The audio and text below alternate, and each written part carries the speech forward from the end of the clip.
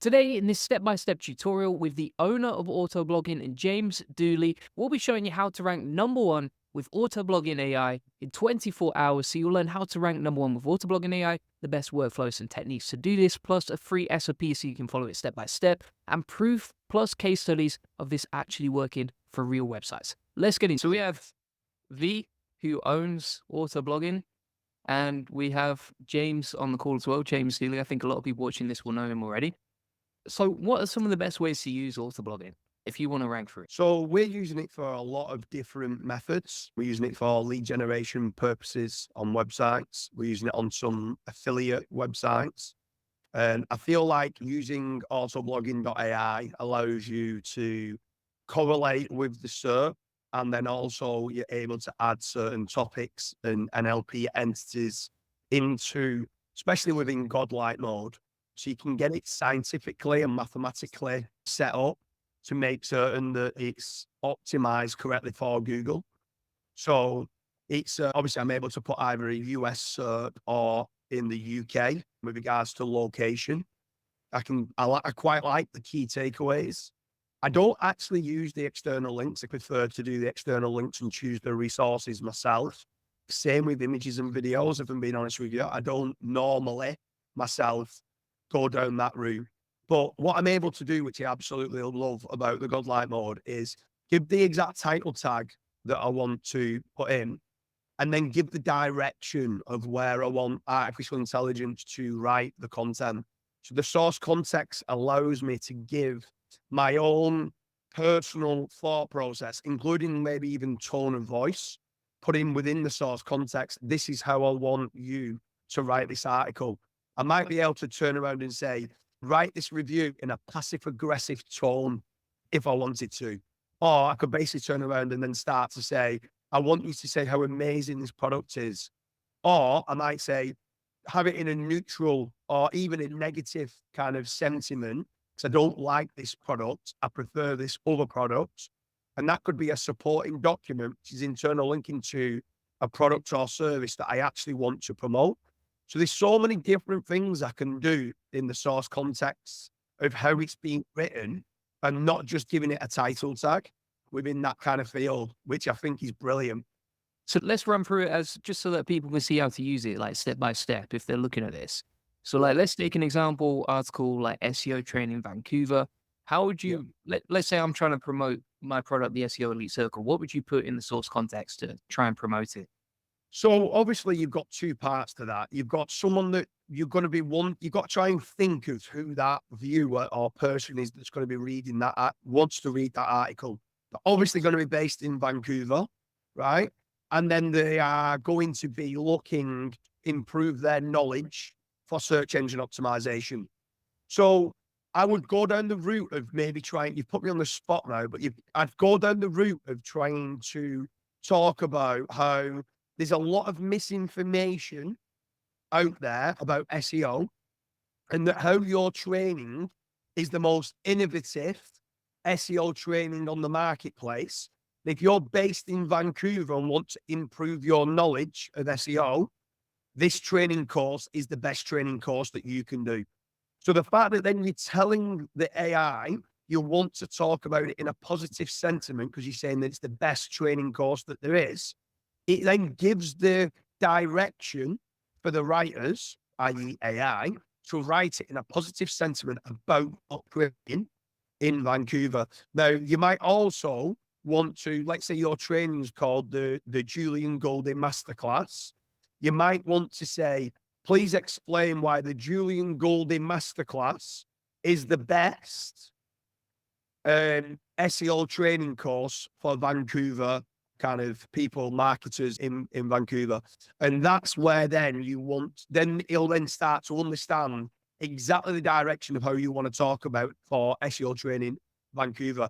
I think personally, the source context is the most important part of the AI generation of the content.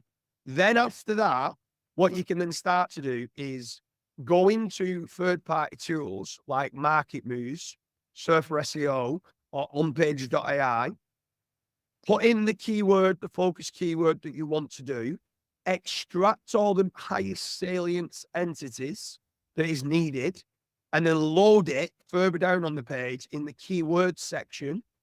And then next minute, you've now turned around and got yourself an NLP optimized content article. And I think that's very important as well. What you can also do is now on the screen that's being recorded, when you're looking at the top 10 results, come back, you can then start to quickly look, click onto each one of those sites and quickly look what you feel at present has got the best content writing at present, and then start to correlate slightly of how they write, which is then going to look at the outline. Another amazing thing that I like about Autoblogging AI is that it comes back with the content brief. And when it comes back with the content brief, you're able to tweak that, remove certain headings or add certain headings in as you feel fit. So with regards to the keywords that I'm talking about, Julie, if you go and research for search now, Yep. that goes now and starts running against all and extracts the keywords. But what it won't do is use any of the SEO optimization tools. So in my opinion, if you want to know what the best content optimization tools are, it's Page Optimizer Pro by Kyle Ruth. You've got Eric Langieres' OnPage.ai. You've got Michal and Lucian from Surfer SEO, or you've got Market Moves. Them 4 tools extract the main entities that's needed. And what you can start to do, you can start to add in there more keywords and more entities, and the AI will try to get all of those terms in. It's important to know that not every single one of them terms will be included, but majority of them will be. But it's difficult to keyword stuff pretty much every single one of them terms in. But as long as you're scoring, maybe getting 70% of the terms in the article, that's going to be enough for you, hopefully, to rank position number 1 for SEO training Vancouver. Now, if you're not ranking number 1, it's very easy for you. And I always say this to people using the tool. There's a tool called the edit button. You can always go back in the article and improve upon it in certain areas if you wanted to, and progressive optimization if that's needed. But go and set the article live, leave it for 6 to 8 weeks, see where it sits. It might, if it's sat top 3 or top 5, it's probably not needing any better content, probably needs more internal links or more external links pointing through to the website. However, if it doesn't get into the top 10 or top 20 results, there might be a slight intent difference that needs a little bit of work on the content. But if you get in there and you're on the first page of Google, at that point, you've got a well-written SEO optimized content that might just need a few internal links or backlinks going through to it. So that's how I'm using it personally. I'm using it for all sorts of SEO related, whether it's lead generation, affiliate marketing, display ads, and it's working brilliantly. Don't get me wrong, there's been a lot of toing and froing and punching Vaibhav in the face for him to improve. But fair play to him. I've said this several times to different people. What a great business partner Vaibhav has been, because he's innovative. He always wants to learn. And I love the idea that he thinks every day is a school day. So even though he thinks he's got the best AI writing tool on the marketplace, which I genuinely believe it is the best on the marketplace, I still want us to improve upon it. I still want us to keep striving for further improvements to make certain that we're giving all the customers that are using it the best bang for the buck. Awesome, man. That's a great review as well. Shout out to Vaibhav. Thank you so much. Yeah. Yep. It feels really nice. I'm just going to share the screen again. So just to recap for people watching this, and if you haven't used this before, basically, once you've generated the source context and you've put the title in and you've reverse engineered the SERPs, which you've just shown stage 1 and stage 2 of, then you've got your keywords found here and your entities found here. And this is basically where you can insert the keywords and the entities you find. Now, like you were saying, you could use Market Muse or you could use Surfer SEO or Page Optimizer Pro. These are all really good tools for setting that up as well. Is there anything that you would add to the process, Vaibhav? I know that you have a lot of websites that are already ranking, and we'll show a couple of examples in a minute. Yes. So the thing is, see, this particular godlike mode was basically built by James team, sorry. And he basically wanted things to be like more manual and stuff. So me personally, I just hate Godlike mode, even though it's amazing. It's too much manual stuff for me. I really want to pump out content on scale and see what works and what not. But in this particular step, I think if you can change the outline in your specific way, if you go in there, you can simply edit it here. And if you want, you can put your own name, like why is your course the best one out there. If you're missing any headers out there. And I believe you can also add some instructions in the brackets for the headers. You might have to edit it later. But if you really want to go manual into it, like you can add specific instructions under each header as well. So that way you can tweak it even more. Yeah, nice, awesome. I think the source context particularly is like so important. Yeah. All these AI tools, they do the same. A lot of people are generating the content with ChatGPT, but when you're using the source content, you can, number one, make sure your content converts, aka by recommending your own product. But at the same time, you're differentiating your content so that it's not like everyone else's. It's specifically tailored to your business and your brand. Yeah. Source context is basically, again, it was a great feedback from James's team, and it has basically changed bulk generation as well. So you can actually generate all this in bulk for all the cities out there. And if you know what source context works for you, like every time, and with minimal edits, you can simply bulk generate all the articles for all the keywords with your source context. It's basically a change, no brainer, because even for my own sites, suppose if I want to do some local SEO sites out there, for generating leads, SEO leads, I'll simply use some source context to push it towards auto blogging in some way. And with just one sentence, the entire article is okay, this particular keyword is satisfied. But then if you want an AI writing tool, this is the one which you should go for. Yeah. Yeah. And then, Couple Are of you- things before Go we on. move on to that. The first and foremost, just so people understand, I wanted it manual in certain areas, right? Now, probably 95% of the time, we just use godlike mode. We don't need to even import the keywords and the entities. We don't need to do that because the way Vaibhav set it up is that it's going looking at the SERP. And not only that, is that semantically, we're already getting the main entities and keywords in. So for any low keyword difficulty keyword, literally hitting godlike mode and pressing go will pretty much give you the best article there is out there. Why? Because there's certain elements of what Vaibhav's put in that, with regards to the article, that 2,000 word article that gets produced might have 5,000 lines of prompts behind that to give that 2,000 word article. Now that's removing contextless words. We don't want any fluff. We want to make certain that the dependency hops in a sentence is the most concise manner to answer that question. Every type of question that gets pulled in, we've got a specific prompt for how to answer that question to make certain that we've got the semantic triples. So subject, predicate, object, all that goes into the back end. People just don't even realize. Now, a massive shout out to Corey. There's a lot of people out there that turn around saying that, oh, he overcomplicates things in his training when it comes to.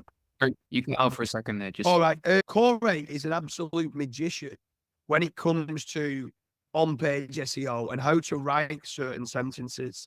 So all those prompts have been put in semantically styled to make certain it's got best chances of getting those featured snippets to answer those queries. So, but if someone wants to use the macro content and the micro content in changing where the headings go, okay, I want this heading further up the page because as part of my semantic content network, this entity is more important than this. Having it manually being able to do that, if someone is advanced, now they're able to do that. And because Vaibhav's now allowed that to happen, this can now be used for beginners that just want to write an article and press go. But it can also be used for anyone that understands scientifically and mathematically how to write content, Corey style, or even Kyle Roof style, using edge analysis. This tool allows you to do all of that. And I think that's the biggest difference. And I think people who understand the like using AI for bulk generating content, but understand how to write good quality content, I don't know anybody that doesn't say Autoblogging AI is not the best AI writing tool. For anyone who's not 100% sure on semantic SEO, could you explain like a semantic triple? So a semantic triple is the subject, the predicate, and the object, or it could be that's an SPO, or you could have an SVO, which is subject, verb, and object. So there's certain things in a sentence. If you want to try to get a featured snippet, I'll use an example with regards to how much is Julian Goldie training, right? So what you need to try to do is you need to try to give an answer that's got a numerical answer. Now, sometimes certain trades might say, oh, we can't price that up. But you need to make certain they're saying the average cost of Julian Goldie training is £450 per course or whatever that it is. So the average cost for artificial grass is £45 per square meter. Now you've got artificial grass, the numerical value, and then per square meter is being like what the size is and stuff like that. After it, you can then turn around and put all your caveats in place saying the prices can depend on X, Y, and Z. But there's always certain things with regards to a question needs to be reverse engineered, that it's standalone content, that it's got the subject. So not like it is £45 per square meter. Because in standalone content, without having the semantic triple in the sentence, if Google goes and pulls that into a featured snippet and just says it is £45 per square meter, what does it mean?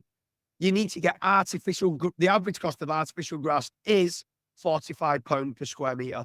So it's about trying to get everything in there from entity and stuff like that with the subject, predicate, and object. I've probably not explained that the best way. There's other people that can explain an SPO in better terms.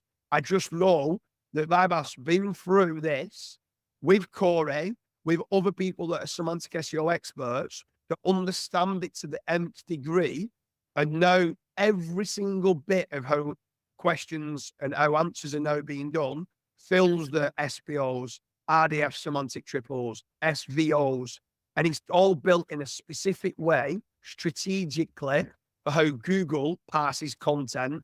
And I think it's very important that it has to be done that way. Yeah, that makes sense. I think as well, a lot of people, they like the idea of semantic SEO, but they have no idea how to implement it. And using a tool like this, it just makes it so much easier, right? That's the thing. One thing I want to quickly come on to, Vaibhav, these are a couple of your legendary websites. And obviously, I've shown Cheaper Birds a lot last year, which absolutely popped off before it got clapped. But if we look at this example, I mean, like a DR 2.1, you can see the traffic just going to the moon since the start of the year, really, when you set it up. And the same for this website as well, PowerPointAssist.com, DR0. Literally no backlinks built to it. And again, the traffic is going up nicely. Do you want to explain your process on that? Sorry. So the thing is, I basically started all these sites when the spam update was rolled out. And I wanted to see, okay, what changed and does it even work anymore? Everyone was saying like, okay, AI content is dead. Google is basically taking down all that stuff. But I just wanted to see for myself instead of listening to others on what's working and what's not. And I did all these sites. And yeah, it's working well, as you can see in the images, like the screenshots or this AHS dashboard. The thing is, what it did was in this, I basically picked out all the case studies that Core has done before. And with that stuff, I built a topical map for all these sites differently in a way, like doing keyword research and stuff. And basically, what all categories a site should have if it's about rabbits eating something or it's about rabbits. So you can cover all the breeds that they have. And you can also, like, my main keywords were can bunnies eat something like XYZ. So these are the keywords that are ranking mainly and they're bringing in traffic. But for some more context, okay, if I want to show that my site is working, my site is an authority for rabbits, I'll have to cover everything in a way about it.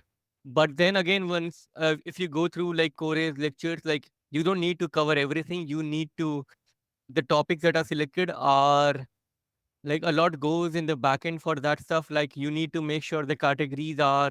So if you think about it, okay, some breeds can eat some stuff and some breeds won't eat some stuff, right? So it's basically that's what I thought while doing this category structure creation for this site.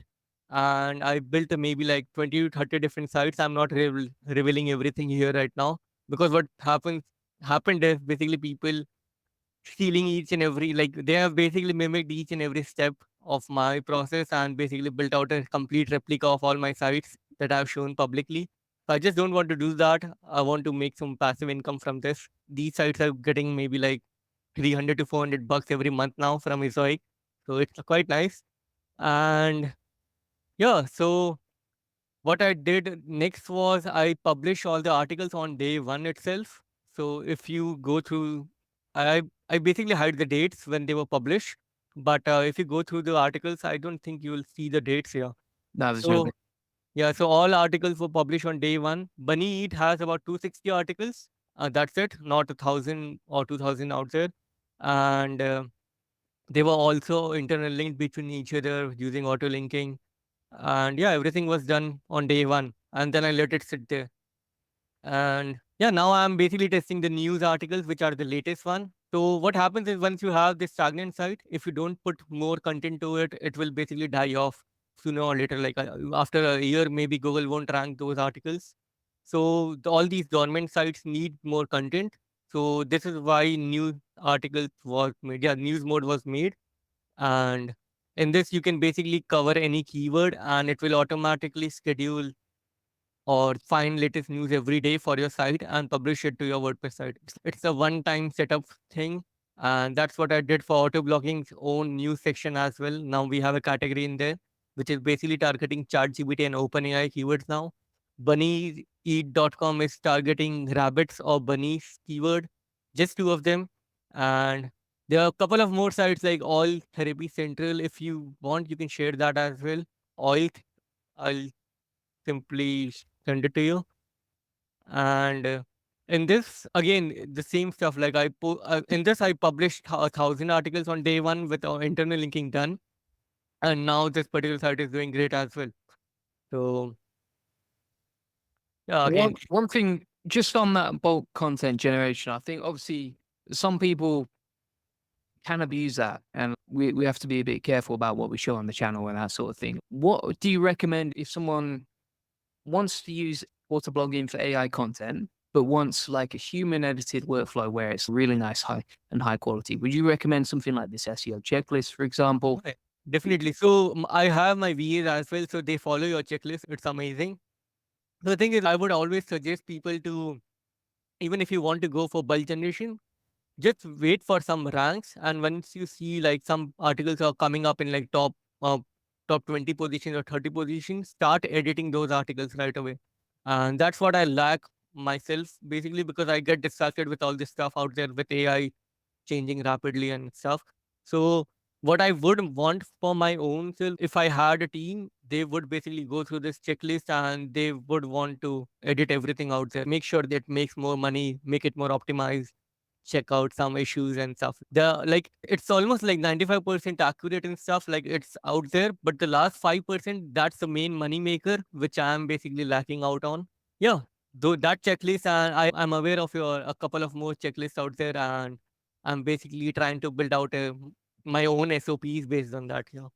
The other thing I would say with your experiments, for example, you're constantly publishing local SEO case studies in the SEO boardroom that are popping off as well. Do Yeah. you think autoblogging is good for local SEO too?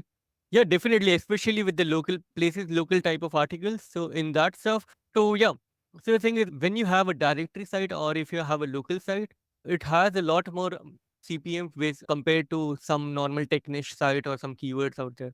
So if you do local stuff, I believe we built out this local SEO mode inside autoblogging, which you can do it in bulk as well. Now this is available in the quick mode, and in quick mode, there's this option like type of article, and you can select places local. And what it will do is, suppose if you are targeting SEO agencies in Dubai, and if you want to put your name on the top, right? So, like there's top 5 agencies in Dubai, SEO agencies. And in that, you can mention in the source context, like Julian Goldie is the best out there, Julian Goldie agency.